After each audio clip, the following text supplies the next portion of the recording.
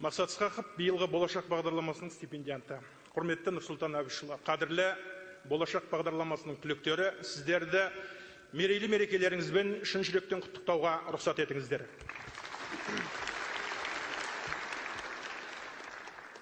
Таңғалуға бір ақсат жетеді, ал таңғалдыруға адамның ғұмыры да жетпей жататын заман.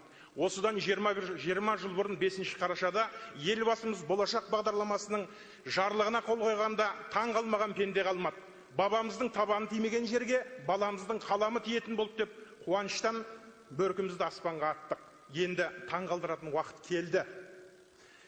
Өткенде А корпусымен кездескенде құрметті елбасы, сіз айтқансыз, қара суда қаймақ болмайды, хас жіберде оймақ болмайды деп. Оймақсыз-ақ халықтың ойынан шығу үшін тағы да білім керек, қадірлі ағайындар. Құрметті Нұрсұлтан Әбішұлы, сіз әр бастамаңыздың барлығын тамыр тереңде жатқан тарихпен байланыстырасыз.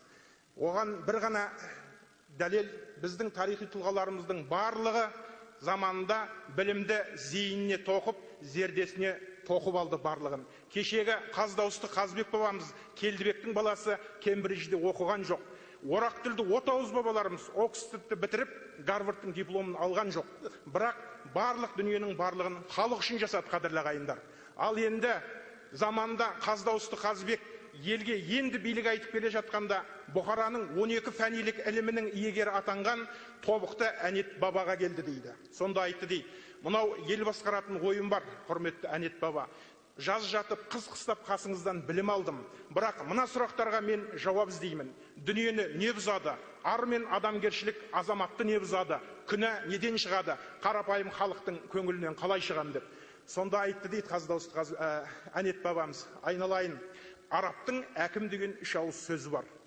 2 рет айтсаң 2 ауыз сөз болады, 6 қаріп болады. Сенің сұрағыңның жауабы сол 6 қаріптің бас әріптері. Ол алтын мен әйел, кек пен кежірлік, мақтан мен мансап айналайын. Алдыңғы 4-еу әркімнің өз ісі болар, бірақ соңғы 2-еуі мақтан мен мансапқа көп көңіл бол. Сен мақтан мен мансап үшін емес, халқыңның болашағы үшін қызмет етуің керек. Ал енді қалай сен қарапайым халықтың көңілінен шығам десең, сен тастансаң халық құм санайды, құм санаған халықтың көңілінен күнде шығу мүмкін емес, айналайын. Сондықтан ең бірінші арлы бол, арлы болсаң жарлы болмайсың. Азаматтың ақ туын биік ұста.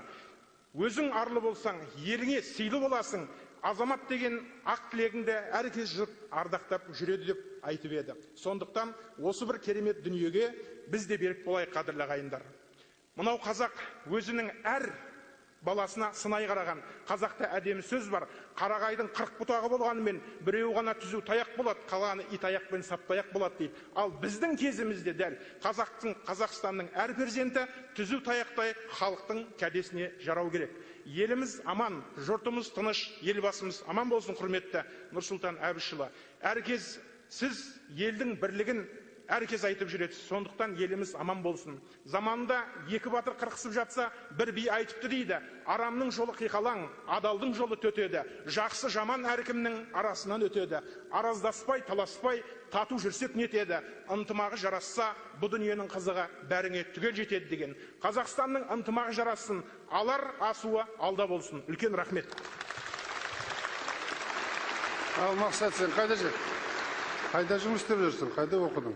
Тіл комитетінің төрағасы. Бәсе. Нағыз баратын жеріңе барыпсың. Осының бәрін түсіндір, елдің бәрі.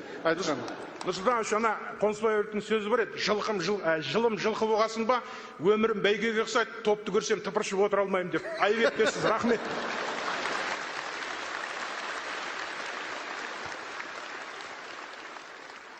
Қорытынды сөз Қазақстан Республикасының президенті елбасы Нұрсұлтан Әбішұлы Назарбаевқа беріледі.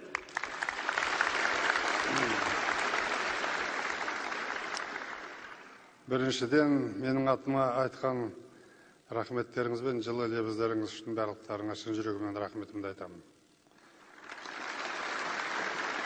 Мен сіздермен кездесіп отырып, 2 мәселеге көңіл бөлдім.